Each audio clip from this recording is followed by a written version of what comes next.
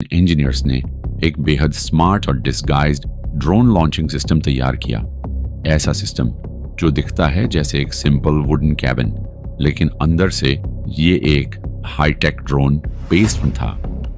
ये wooden cabins दरअसल specially designed containers थे जिन्हें कार्गो ट्रक्स के पीछे माउंट किया गया था।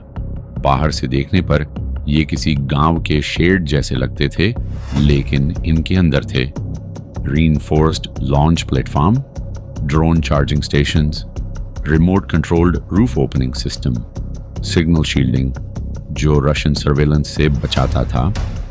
वंस तैयार हो जाने के बाद यूक्रेनियन इंटेलिजेंस ने इन ट्रक्स को रशिया की टेरिटरी में सीक्रेटली मूव किया। कुछ रिपोर्ट्स के मुताबिक लोकल सिंपैथाइजर्स ने भी मदद की।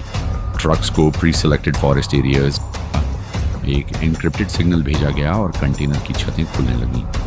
ड्रोन्स या तो वर्टिकल उड़ते या फिर स्पेशली डिजाइंड रैम्प्स और कंप्रेस्ड एयर सिस्टम से साइलेंटली लॉन्च होते, क्योंकि ये लॉन्च पॉइंट्स रूसी एयरबेस से सिर्फ 2 से 3 किलोमीटर दूर थे। ड्रोन बहुत तेज टारगेट तक पहुंच गए, जिससे रूसी डिफेंस रिएक्ट ही नहीं कर पाया।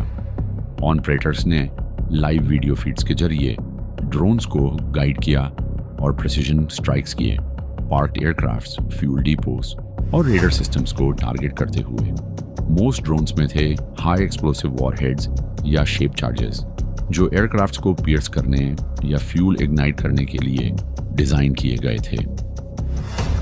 अटैक के इम्पैक्ट ने बदल दी गेम की दिशा। इस पूरे ऑपरेशन में 117 ड्रोन्स एक कोऑर्डिनेटेड तरीके से लॉन्च हुए और कम से कम 5 मुख्य रूसी हवाई अड्डे को टारगेट किया गया।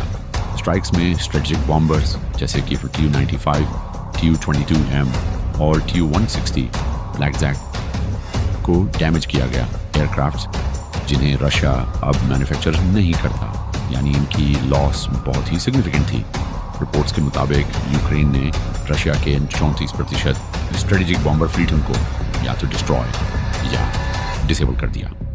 मेन टारगेट शामिल थे प्लिया एयरबेस, सिबेरिया में स्थित स्ट्रेटेजिक बॉम्बर हब इवानोवो और डायागिलेवो एयरबेसिस, मॉस्को के पास सेवेरोमोर्स्क, रशिया का आर्कटिक न्यूक्लियर सबमरीन बेस, अलियनिया गोया नेवल बेस।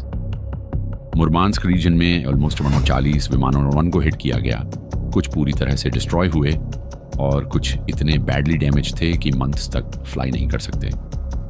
ड्रोन्स कैसे बने थे? इन FPV ड्रोन्स को बहुत ही एफिशिएंट तरीके से डिजाइन किया गया था। Carbon fibre